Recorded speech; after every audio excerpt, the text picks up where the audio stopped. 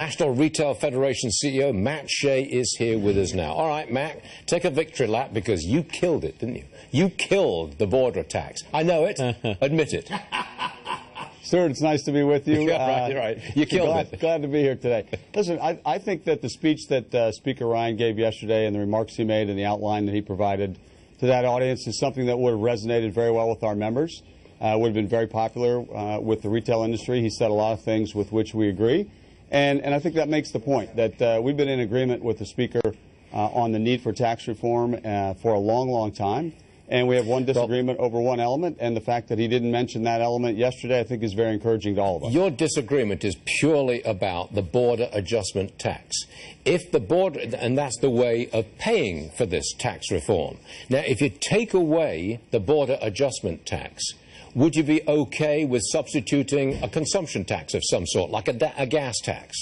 Well, a consumption tax and a gas tax, I think, would be received differently depending upon which industries you're talking about, because they're going to have different kinds of impacts. But listen, I think the point here is that the Speaker made very clear that there's more than one way to get this done. And the fact that he acknowledged that there's a way to do tax reform and said, by reference, you know, we've got a proposal here in the House, but there are many ways to get this done, I think that's encouraging. That's a sign that he and Chairman Brady and others are being responsive to the concerns they've heard and the recognition that the politics of this it just doesn't make sense to do tax reform by imposing a $1,700 tax on American families. Look, I came on strong at the beginning of the interview trying to press you and say, look, it's dead. You killed it. You did it. It's not the first time.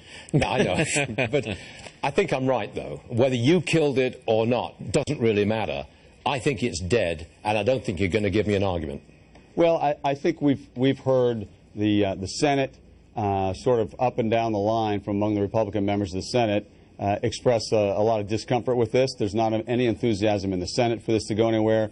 You've heard Secretary Mnuchin at Treasury. You've heard Gary Cohn at the White House make public statements about their displeasure with this particular approach.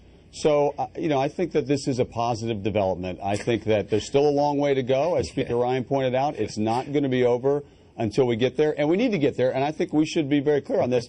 We will be just as vocal in support of a plan that doesn't contain the border adjustment tax as we have been vocal about one that does. So we are big champions for reform. We pay the highest rate of any industry in the country. We want to get this done, and we'll be out there tirelessly working to get tax reform across the finish line. Okay, Matt, we'll delay your victory lap for a couple of days, but after that, you got to come and take a victory lap because you really did kill it. Okay, Stuart, last word, go ahead. Victory is when we get tax reform done because it's good for the American people and good for this country, and that'll be victory for all of us.